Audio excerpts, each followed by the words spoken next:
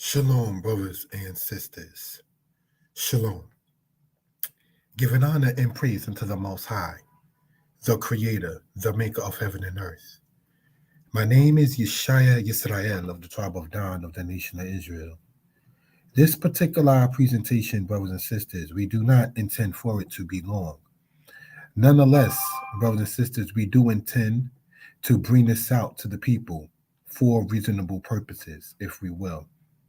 We hope and pray that everybody is well and will be better.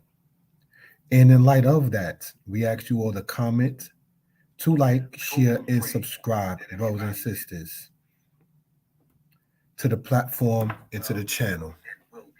This, brothers and sisters, is on the Facebook page, Yeshaya Danite, Historian Yisrael, as well as the YouTube pages, Mori Yeshaya Torah Lessons and Mori Yeshaya History Lessons. So we know it may be an unusual time, but we definitely, nonetheless, wanted to get this out to the people, if we will. We call, brothers and sisters, this one here, needing a break. I had to get away. Now, for those who are following, you will know that recently I took a short trip to go out of the city. And it was very much needed. Now, not to get too personal, I decided to do it as an individual. I decided to not tell anyone per se before I did it in that particular case, and just making that move in that particular manner. So, what can be ascertained and gleaned, say, from that particular matter, if we will, is this.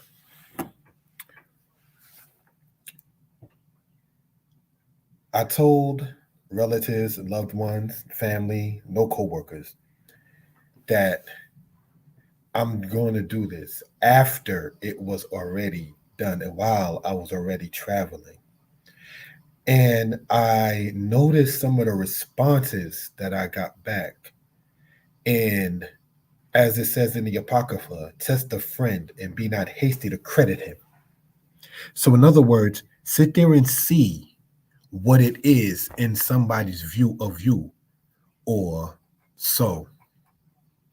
Are they happy that you decided to sit there and make a short individual move that doesn't hurt anybody whatsoever?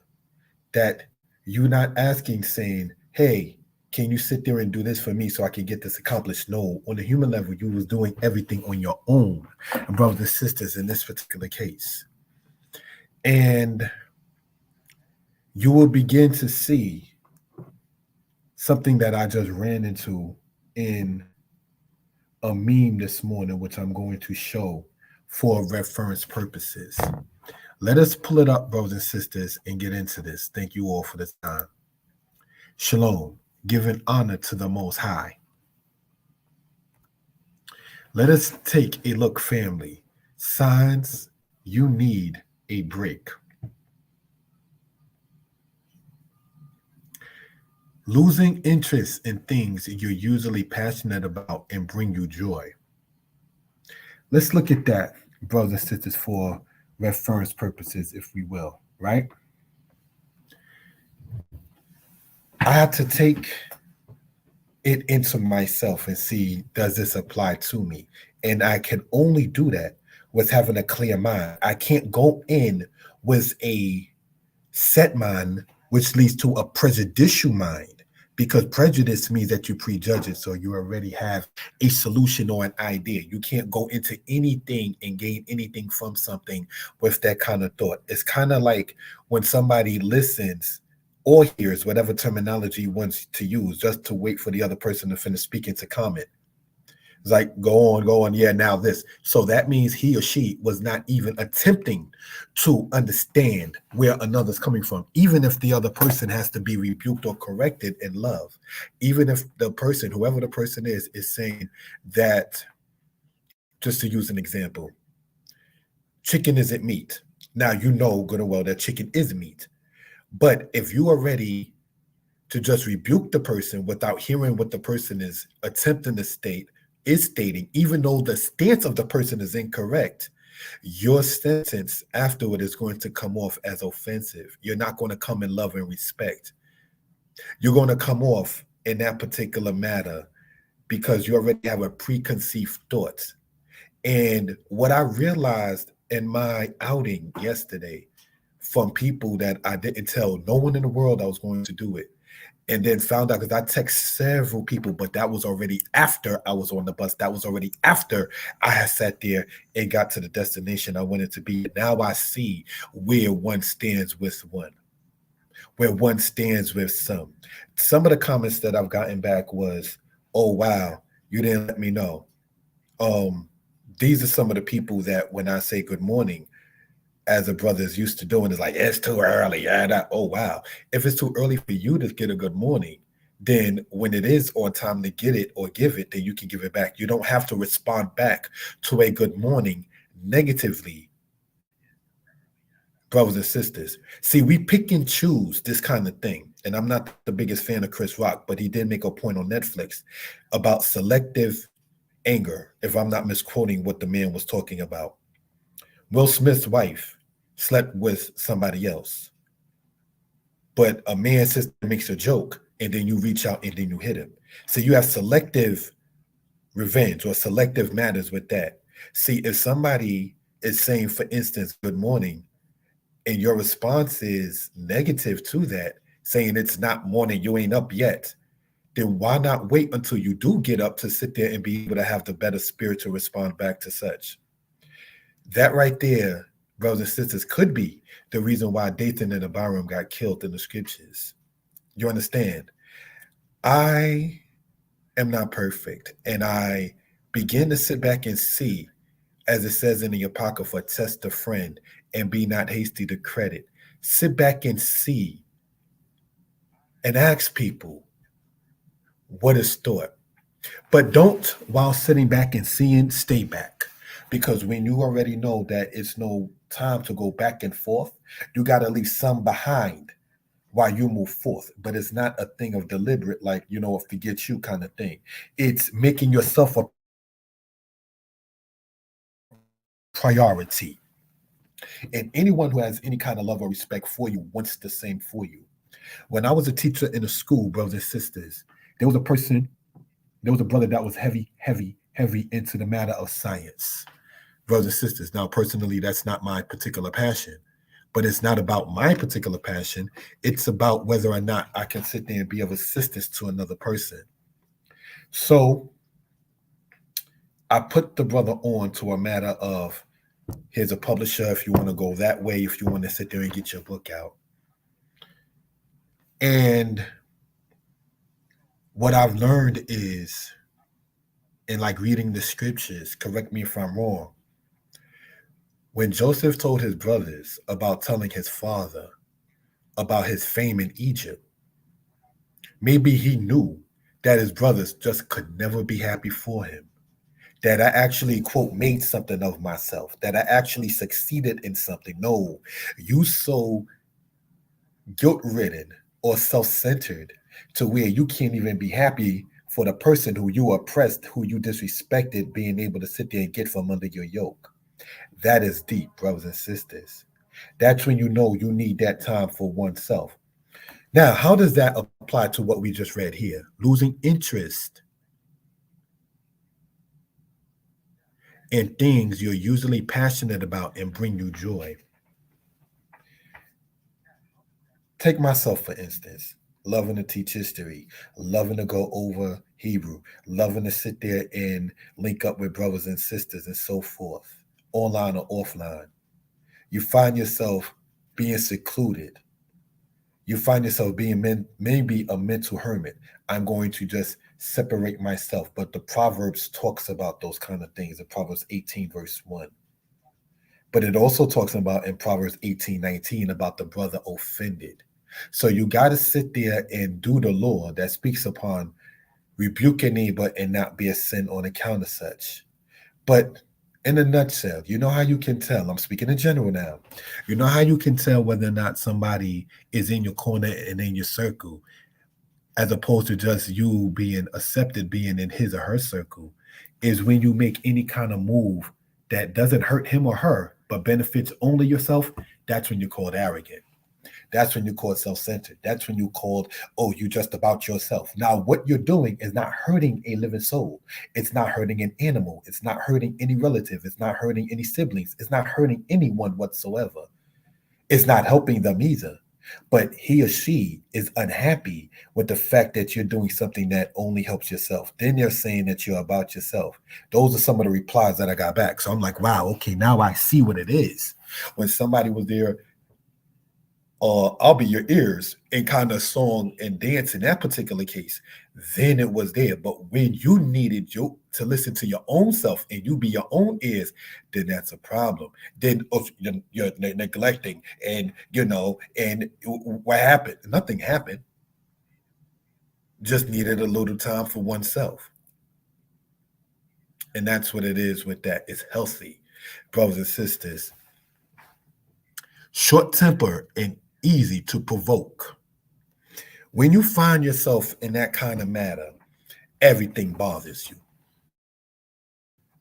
I'm just upset. Rah, rah, rah. Everything. Good morning. Rah, rah, rah. Good evening. Rah, rah, rah, rah. It ain't good. Easily to provoke. That right there is a sign of toxicity, if you will, brothers and sisters. And these are things that we care to sit there and bring out for reference purposes, if we will. Short temper. Solomon said, make no friendship with a man that's quick to anger. And also says that anger rests in the bosom of a fool. So one of the things that a brother personally had to do in taking this short trip that I did recently is I found myself being like, what? Misreading things, misreading a text message, misreading a handshake, misreading faces, if you will, is because you didn't take time, say, for oneself. Short temper and easy to provoke. Why you looking like that? Why you looking like that? No, that is, I hate to have to say it, N-word qualities. Yo, what you looking at? What you looking at like that? That right there is not of peace and love and tranquility, if you will. Taking everything personally. When you find that kind of matter, brothers and sisters, you know, again, it's time to sit there and take that break. If somebody just use Facebook, for instance, if somebody makes a post on anything and you internalize it negatively, then yeah, it may not, the person may not even been thinking about you. But as the saying goes, if the shoe fits, wear it. But what are you going to do when you put on that shoe that fits? Are you going to do what the little image there shows and walk and take your break? Or are you going to sit there and complain about how it fits? Constant overthinking. What I've realized in my short stay, which was a spiritual matter for me, and how this applies, is some of the replies I got back and some of the energies that I was given. I began to sit back and think like, whoa, am I overthinking? And so forth and so on. And this is why it's wise. I know I find it to be wise to ask people, what do you think? What do he or she thinks of you? Because see, you can't fake love. You can't sit there and go about and we appear before Elohim, the creator, as Israel, and we think that he doesn't see where the heart and the mind is at. That's why it says, what? Hate not thy brother in your heart. It don't say don't hate your brother in your eyes, don't hate your brother in your face, don't hate your brother with your handshake, because you can sit there and have a cool eye, you can sit there and have a cool handshake, you can sit there and have good words, but in your heart, where your mind is at, is what the Torah is talking about. Hate not thy brother, in other words, your friend, your people, your sister as well, in your heart. And these are things that we want to sit there and point out for reference purposes. If you cannot be happy for somebody doing something that benefits him or her, then you got hatred. When you are progressing in something and you're not stepping on people and hurting people to get this progress done, you will begin to see who is in your corner and who is in your circle, whether physically, spiritually, mentally, or otherwise. Because they're not going to take it personally as if, oh, you just did what you did and you didn't want to have nothing to do with me and we're family and we're supposed to do things together. And whoa, you can miss me with that kind of mentality. That right there is toxic, brothers and sisters. Emotionally overwhelmed, always exhausted, or always tired. That right there, I found to be very true. So, this is not to sit there and abash or disrespect or offend anyone, brothers and sisters. But this is something that we may want to sit there and take a look at. Now, of course, that's not me in the picture there, but I want to sit there and show this was me on the bus when I did my trip. And I'm asking you all to subscribe to the channel. Where I went is in a place in New York. And as you can see there, the trees there, the mountains there, the beautiful sky, and so forth. That was me with the carriage that I went, the little luggage cart. And it felt good doing it. I learned something yesterday, more than I learned, I think, since I've been 40. In the past 4 years, I've learned more yesterday. And that is take time for yourself. Hey, brother, when you going to write the next book? Hey, brother, hold on. Do you even advertise a brother's book while you ask him when the next one's coming? But that's neither here nor there. Hey, brother, when's the next class? Hey, brother and sister, if you look on the channel and platforms, I got over 50 Hebrew classes. So if a brother decides to fall back from doing it, please don't take it personal. If a brother is saying, don't invite me to your camp, it's not saying that I don't want to sit there and greet you. It means that one needs one's time for oneself. And the people we read about in the camps, such as the prophet Moses, such as King David, such as the prophet Elijah, they did those kind of things in that particular case. You understand? You know when you have to find yourself being defensive against false accusations is when you know you got to just sit there and be like, you know what? I know my truth. That energy right there is toxic, where you always finding yourself consistently apologizing, consistently having to sit there and try to prove a point to show what your truth is. Short temper and easy to provoke. Taking everything personally. Constant overthinking. When you find brothers and sisters like the prophet Jonah, he prophesied to Nineveh and then he sat up on a rock or so and just said, I'm going to sit there and just watch. That's a hater. Jonah was a hater of Nineveh in so many words. That's not love right there. You understand? And like I said, I found out a whole lot. Like it says, test a friend and be not hasty to credit him.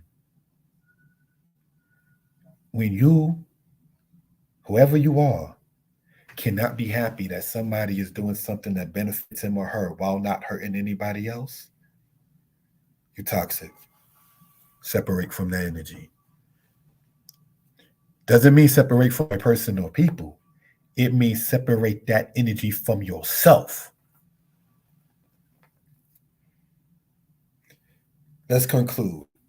Signs you need a break. Losing interest in things you're usually passionate about and bring you joy. Short temper and easy to provoke. Taking everything personally. Constant overthinking. Emotionally overwhelmed. Always exhausted, tired. Take care, friends. Take a break. With that, hopefully everybody is well and will be better. Shalom.